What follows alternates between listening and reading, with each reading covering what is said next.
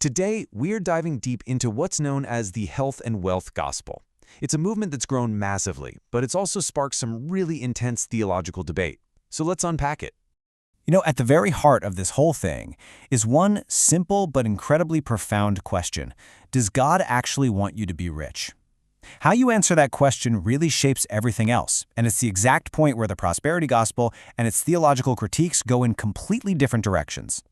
So what exactly is the prosperity gospel? Well, in a nutshell, it's this: the belief that God's will for you always is to be financially blessed and physically healthy. And supposedly, the keys to unlock all this prosperity are things like having strong faith, speaking positively about your finances, and, very often, giving donations.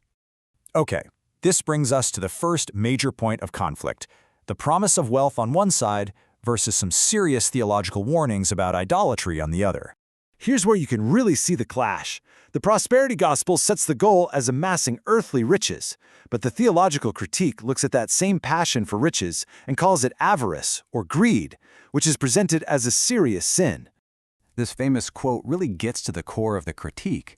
Mammon is just an old word for wealth or material possessions. The argument is that an unhealthy attachment to money can become a form of idolatry, where you essentially start to worship the creation, the money, instead of the creator. This parable is often brought up as a powerful warning. I mean, look at this. On earth, the rich man had it all, feasting, luxury, while Lazarus, the poor man, had absolutely nothing. But then, check out what happens in eternity. It's a total flip. The argument is that the rich man's wealth made him blind to his spiritual poverty, and it had disastrous consequences. So this leads to another really crucial question, one that gets asked a lot in the health and wealth movement. If God wants you to be healthy and rich, then doesn't suffering, whether it's getting sick or struggling financially, mean you just don't have enough faith? Let's see how the critique answers that. Well, the counter-argument brings up a concept that is absolutely central to traditional Christian theology: the call to the cross.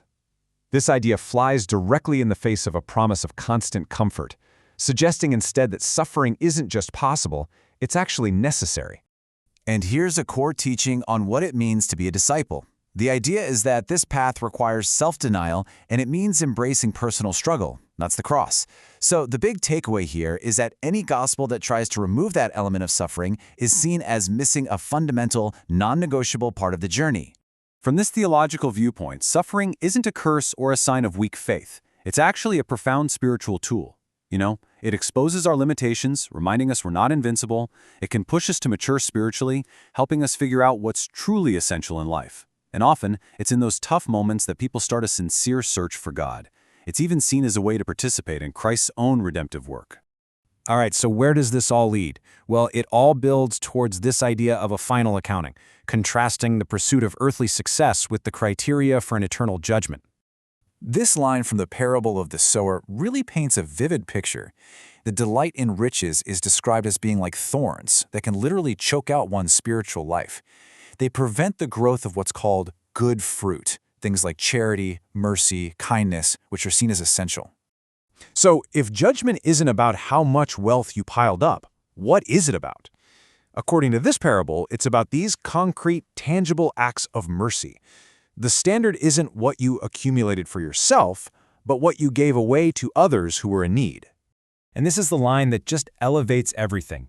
It completely reframes those actions. We're not just talking about social work here. From this theological perspective, caring for the poor, the sick, the marginalized, it's considered a direct act of service to Christ himself. That makes the stakes incredibly high. Okay, so with all of this in mind, the critique basically challenges us to completely redefine what it means to be prosperous. It's about shifting from a worldly definition of success to a spiritual one. So let's compare these two ideas of treasure. On one side, you have treasures on earth.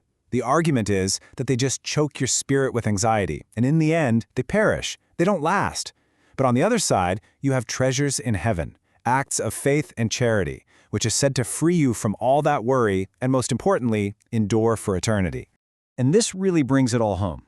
The final, decisive point being made here is that this idea of detachment from riches isn't just a nice suggestion or a good idea. It's framed as an obligatory, non-negotiable requirement for entering the kingdom of heaven. And so, we're left with this final, powerful question, a question that really sits at the core of this entire debate. It asks every one of us to weigh our priorities and consider the ultimate trade-off. What's the real meaning of profit and loss when an entire eternity is on the line? It's definitely something worth thinking about.